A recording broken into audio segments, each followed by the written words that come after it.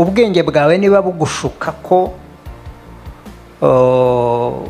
udakeneye Imana, mu by'ukuri ni Satani ubugukoreramo. Ikibazo ni ubuyobozi bubi.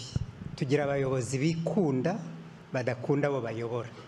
Abantu ntabwo bakunda abo bayobora, bajya mu buyobozi bashaka kwikiza. Ubundi umuyobozi nyawe arya nyuma. Leaders eat last. Ariko dufite abayobozi who eat fast kandi ntibasigaze.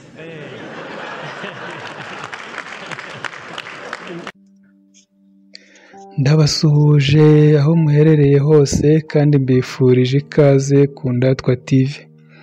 Ku wa 2 Ukuboza 2025, Dr Charles Murigande yagizwe umusenateri asimbuye Dr Usta Kayitesi wagiye muri guverinoma. Ni impinduka zakozwe na Perezida wa Repubulika y'u Rwanda Paul Kagame, aho nyine yagiye asimbuye Usta Kayitesi nawe wasimbuye General Retired James Kabarebe nk'umunyamabanga uhoraho muri Minisiteri y'Ububanyi n'Amahanga Minafete, nawe wahise ajya kuba umunyamabanga mukuru mu by'umutekano muri Perezidansi. Undi wasimbuwe ni Dr Cyubahiro Mark Bagabe wari Minisitiri w'Ubuhinzi n'Ubworozi, wasimbujwe Dr Teresphore Ndabamenye wari umunyamabanga muri iyi minisiteri, nawe ahita asimburwa na Dr Uwituze Solange wari umuyobozi mukuru w'agateganyo w'ikigo cy'igihugu gishinzwe iterambere ry'ubuhinzi RAB. Mbega bamwe bahinduriwe inshingano, abandi bagenda basimburana. Muri iki kiganiro tugiye kwibanda cyane kuri Ambasaderi Senateri Honorable Charles Murigande wari umaze igihe mu kiruhuko cy'izabukuru, ariko kuri ubu akaba yagizwe umusenateri. Ambasaderi Senateri Honorable Charles Murigande ni umugabo w'umuhanga cyane, ndetse bamwe bagereranya na Salomo wo muri Bibiliya. Ubwo yajyaga mu kiruhuko cy'izabukuru ntabwo babyumvaga, bati ni gute umuntu w'inararibonye gutya arekeraho gukora. Ni umusaza ukunzwe n'abanyarwanda benshi kubera indangagaciro ze, harimo kuvugisha ukuri no kurwanya akarengane. Ni umugabo w'umurokore ukundwa na benshi ndetse bakamusabira ijuru. Aha arasobanura impamvu hari abibwira ko badakeneye Imana, ndetse n'uburyo abantu bakwiye guhuza gukizwa n'ubuzima busanzwe babamo. Ubwenge bwawe niba bugushuka ko udakeneye Imana, mu by'ukuri ni Satani ubugukoreramo. Ntabwo gukizwa bikwiriye kutubuza gukora ibyo dushinzwe, ahubwo bikwiriye gutuma tubikora neza kurusha, kugira ngo bibe ubuhamya.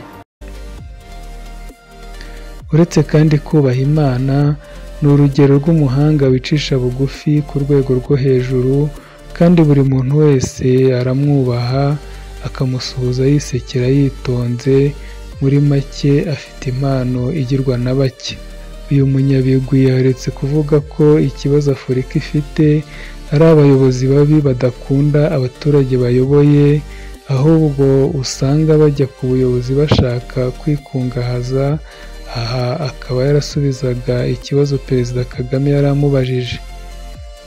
Abivuga yagize ati, ubundi umuyobozi agomba kurya nyuma, ariko dufite abayobozi barya mbere kandi ntibasigaze. Ibi akaba yarabivugiye muri Unity Club Intwararumuri. Charles Murigande nguheruka kera, reka nawe wakoze muri Foreign Affairs, wahuye n'abantu, wabaye muri Amerika, wabaye banye n'Abanyafurika benshi n'Abanyaziya, bose akamenyetso niyo kaba ari kamwe gusa. Dufite iki kibazo tugishakira umuti, naho ubundi karabaye. Ikibazo nge mbona twigeze no kukiganiraho mu kiganiro twagize. Ikibazo ni ubuyobozi bubi. Tugira abayobozi bikunda badakunda abo bayobora. Nicyo Olivier yavuze. Mu by'ukuri buri impamvu banga ko bagraduating ni ukugira ngo bakomeze babone ayo mafaranga basabiriza atagera kuri ba bandi b'abakene, bayasabirize bayitwarire kuko ntibakunda abo bayobora. Mbona ari cyo kibazo gikomeye, abantu ntabwo bakunda abo bayobora, bajya mu buyobozi bashaka kwikiza. Ubundi umuyobozi nyawe arya nyuma, leaders eat last, ariko dufite abayobozi who eat fast kandi ntibasigaze. Nicyo kibazo dufite muri Afurika kinini, barya fast and alone bonyine, bagira uwo basigira. Numva icyo ari cyo kibazo gikomeye kuruta ibindi. Icyo ni ikibazo kirahari, kirumva. Reka turebe gato ku buzima bwe muri rusange. Dr Charles Murigande yavutse ku wa 15 Kanama 1958, avukira mu cyahoze ari Butare, bisobanuye ko ubu afite imyaka 67. Nyuma y'imvururu za politike yabanjirije ubwigenge bw'u Rwanda, we n'umuryango we bahungiye mu Burundi, aho yakuriye ari impunzi. Amashuri abanza n'ayisumbuye yayigiye mu Burundi muri Collège Saint Albert i Bujumbura, ndetse anahakirira agakiza ubwo yasozaga amashuri yisumbuye, aho hari mu mwaka w'1978, bitewe no kubona abandi bari barakiriye agakiza babayeho neza, ati nanjye reka nkizwe. Avuga ko iyaba atarakijijwe yashoboraga kuba atakiriho, kuko hari benshi mu bo bakuranye batakiriye umwami Yesu ubu bapfuye. Ubwo yigaga muri kaminuza nibwo yamenyanye n'umufasha we Rosette Murigande biganaga. Icyiciro cya kabiri cya kaminuza ndetse n'icya gatatu cya kaminuza yabyigiye mu Bubiligi, arakomeza rero. Hanyuma muri 1986 abona impamyabumenyi y'ikirenga PhD mu mibare, ayihererwa ku ishuri rikuru Notre Dame de la Paix, aho yari ahagaze neza mu manota.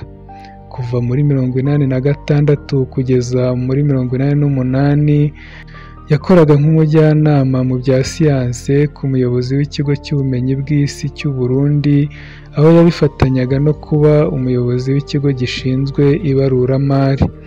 Muri Mutarama 1989 yinjiye muri kaminuza ya Howard i Washington DC ho muri Leta Zunze Ubumwe za Amerika nk'umushakashatsi, nyuma aza kuba umwarimu wungirije assistant professor, ndetse aba n'umuyobozi w'ishami rya Biostatistics mu ishuri rikuru ry'ubuvuzi muri iyo kaminuza. Nyuma ya Jenoside yakorewe Abatutsi, Dr Charles Murigande yaretse akazi ke ka kaminuza muri Amerika, agaruka mu Rwanda kwifatanya n'abandi kurwubaka.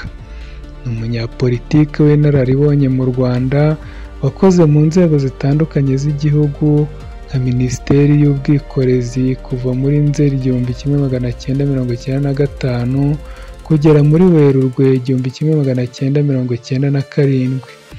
Yabaye Minisitiri w'Ububanyi n'Amahanga kuva 2002 kugera 2008, aba Minisitiri ushinzwe ibikorwa bya guverinoma kuva 2008 kugeza 2009, anaba kandi Minisitiri w'Uburezi kuva 2009 kugeza 2011. Mu mwaka w'2021 yaje gusezera, atangira ikiruhuko cy'izabukuru, aho icyo gihe yari umuyobozi wungirije cyangwa se Vice Chancellor wa kaminuza ushinzwe iterambere ry'ikigo muri Kaminuza y'u Rwanda. Yanabaye rero ambasaderi w'u Rwanda mu Buyapani, akaba yaranahagarariye u Rwanda muri Australia, Nouvelle-Zélande, Thailand ndetse na Philippines, hari kuva muri Kanama 2011 kugera mu 2015. Ambasaderi Dr Charles Murigande kandi yanabaye umuyobozi w'inama njyanama ya Kepler College mu Rwanda, akaba yaranahawe inshingano zitandukanye muri FPR. Ku wa mbere Ukuboza 2025, Dr Charles Murigande yagizwe umusenateri, asimbuye Dr Usta Kayitesi wagiye muri guverinoma. Bamwe bavuga ko kubera ubunararibonye bwe ndetse n'ubushobozi afite, babona afite ubushobozi bwo kuba yanatekerezwa mu baba abaperezida mu gihe byaba byabaye ngombwa. Gusa kimwe n'abandi banyarwanda, ubwo burenganzira arabufite mu gihe yaba yiyamamaje agatorwa n'abaturage, nta kabuza yayobora igihugu. Reka njye mpinira aha, mbifurize gukomeza kugubwa neza. Yari Indatwa TV, duhure mu bindi biganiro kandi Imana ibarinde.